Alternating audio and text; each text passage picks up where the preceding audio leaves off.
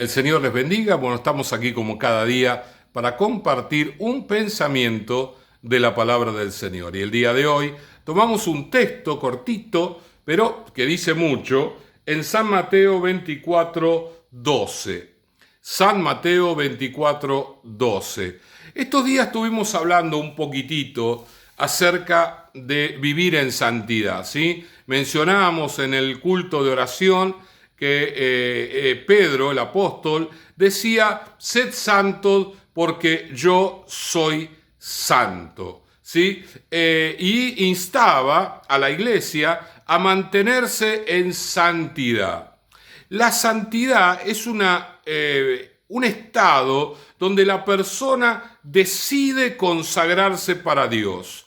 La persona santa no es una persona perfecta, es una persona que está apartada, porque eso significa ser santo, apartado, consagrado para Dios. Nosotros tenemos la imagen de la persona santa, esa persona que no comete errores, inmaculada. Pero no, la Biblia nos dice que nosotros cometemos pecado, nos equivocamos, erramos y a veces mucho más a menudo de lo que nos agrada. Sin embargo, aún así permanecemos en la santidad y ese deseo de ser santo y de caminar con el Señor agradándole en todo nos va perfeccionando y santificando a la vez, ¿sí? Ese perfeccionamiento que el Espíritu Santo produce en nosotros cada día nos hace mejor persona, nos hace personas más sensibles, personas que conocen más al Señor, etcétera, etcétera. Es una mejoría, lo que la palabra del Señor nos dice, una santificación.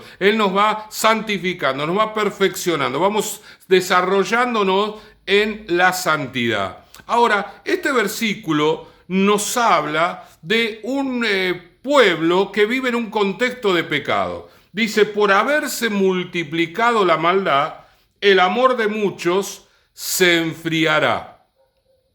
Y nosotros vemos en este tiempo cómo la maldad aumenta de manera exponencial. Realmente vemos que el comportamiento de la gente es cada vez para peor. Y lo más preocupante es que la gente aprueba esos comportamientos, aprueba ese tipo de situaciones. Y hasta lo muestra como algo raro y como algo que tenemos que estar abiertos, ¿no? Hay un programa de televisión de cable donde muestra cómo se vive, cómo un hombre vive con 4 mujeres, ¿sí? Y bueno, toda la situación que se produce entre estas 4 mujeres y este hombre en el cual conviven.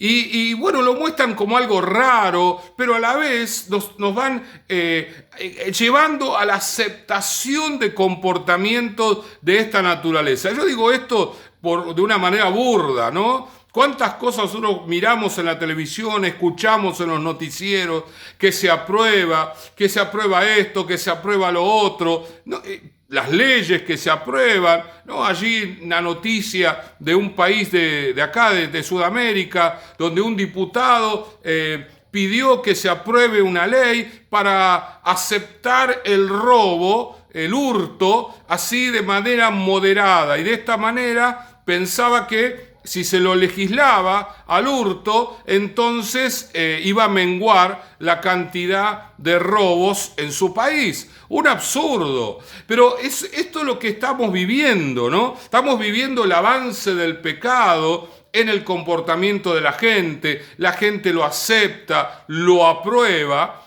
y lamentablemente los cristianos también empiezan a aceptarlo y a aprobarlo. Porque claro, como no hay una búsqueda fuerte del Señor para conocer el corazón de Dios y para conocer la santidad de Dios, ¿por qué el Señor aprueba algunas cosas y por qué desaprueba otras? ¿Por qué el Señor pide lo que pide? ¿Sí? Nosotros a veces miramos, cuando miramos el Antiguo Testamento y el Señor le habla al pueblo de Israel que había algunas cosas que no debían comer, y uno dice, bueno, pero ¿cómo el Señor impide que se coma determinado animal? Claro, después nos enteramos porque la ciencia lo descubrió, que hay determinados animales que tienen en su cuerpo gérmenes, virus, como nosotros estamos viviendo ahora el tema del coronavirus, y eso no se muere con la cocción. Necesita el proceso de pasteurización, es decir, primero llevarlo al frío y después llevarlo al calor, y entonces ahí sí pueden morir. Pero Israel no tenía esas herramientas, así que el Señor le decía, mira, estos animales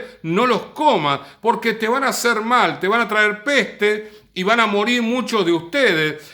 Entonces Dios le decía esto, Israel obedecía y se libraba de esas pestes. Claro, porque Dios sabe todas las cosas. Dios conoce todas las cosas. Cuando Dios dice que no a algo, lo dice en la razón de su sabiduría, lo que Él entiende que para nosotros no es bueno. Y cuando nosotros de alguna manera incitados por Satanás, nos rebelamos contra, no, pero ¿cómo puede ser que Dios no permita este tipo de cosas porque las consideramos como buenas? Nos estamos perjudicando. Y allí es donde nosotros, cuando empezamos a rebelarnos en pequeñas cositas, nos estamos acercando a un mundo que se revela constantemente del Señor.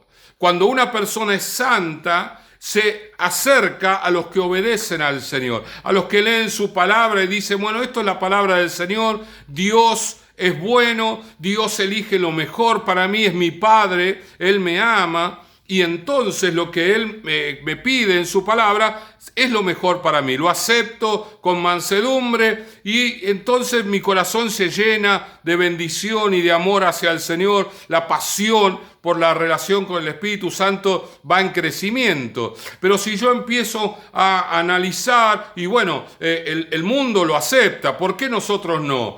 Y me empiezo a cuestionar lo que dice la palabra y a la forma que la palabra, y por qué si la Biblia dice esto y el mundo, yo veo que la gente está siendo bendecida haciendo esto y la Biblia me lo contradice, ¿qué tengo que hacer?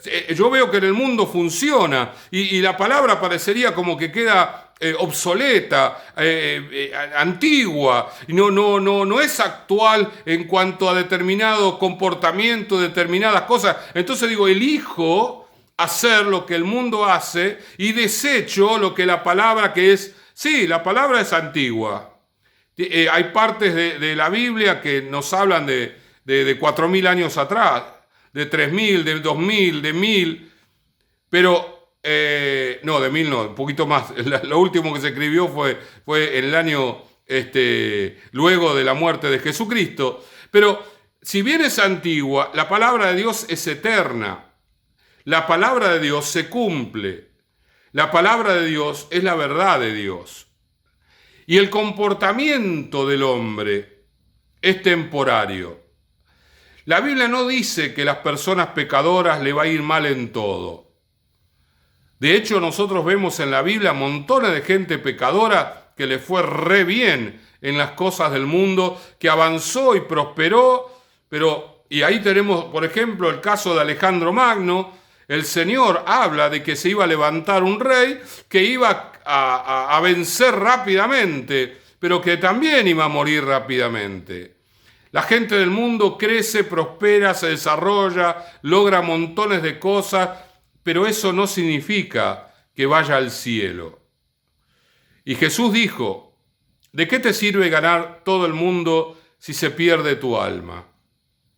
¿De qué te sirve ser la persona más rica del planeta Tierra si después vas a sufrir eternamente, no un año, ni 2, ni 10, ni 100, eternamente vas a sufrir allí en el lugar de castigo eterno apartado de Dios?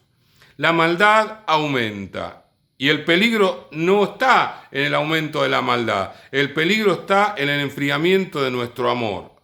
Cuando nosotros empezamos a aceptar los comportamientos como naturales, como lógicos, como apetecibles, que nos agradan, y entonces dejamos de mirar a Dios y su santidad, de mirar su palabra para amarla, para guardarla, para obedecerla, y empezamos a a mirar las cosas que este mundo hace o dice, y allí tomamos de frases de filósofos, de escritores, de librepensadores que hablan del comportamiento del hombre, pero que aprueban el pecado, aprueban las cosas que a nosotros espiritualmente nos enfrían. Hemos sido transformados por el poder de Dios, pero por la santidad de Dios. Jesús compró en la cruz del Calvario nuestro perdón, pero lo compró en santidad. Él no pecó, no tenía un solo pecado. Jesús dijo, Satanás no tiene nada de parte en mí. Él vivía una vida de santidad y en santidad compró nuestra santidad. No para perderla en contacto con este mundo, ni en comparación de este mundo. Todo lo contrario, para que nosotros seamos valientes y peleemos por mantener la santidad que el Señor nos ha dado. Porque esa santidad acrecenta nuestra relación con el Señor, acrecenta nuestro deseo de caminar con Él. Y si el pecado que está a nuestro alrededor empieza a influirnos, el amor de Cristo se va apagando. Y es allí donde corremos peligro de perder nuestra salvación. Mis hermanos, el pecado está a la puerta, pero de este lado de la puerta está Jesús. Si Jesús está fuerte y vigoroso porque le buscamos, Él va a mantener la puerta cerrada para el pecado. Pero si nosotros dejamos de buscar al Señor, nosotros le vamos a abrir la puerta al pecado. Y entonces el pecado va a entrar y va a tomar control de nuestra vida como lo tenía antiguamente. Por eso el Señor deja esta advertencia. En los últimos tiempos el pecado aumentaría y muchos, pero muchos, lamentablemente, hijos de Dios se enfriarían a causa del pecado, porque dejarían entrarlo a su vida.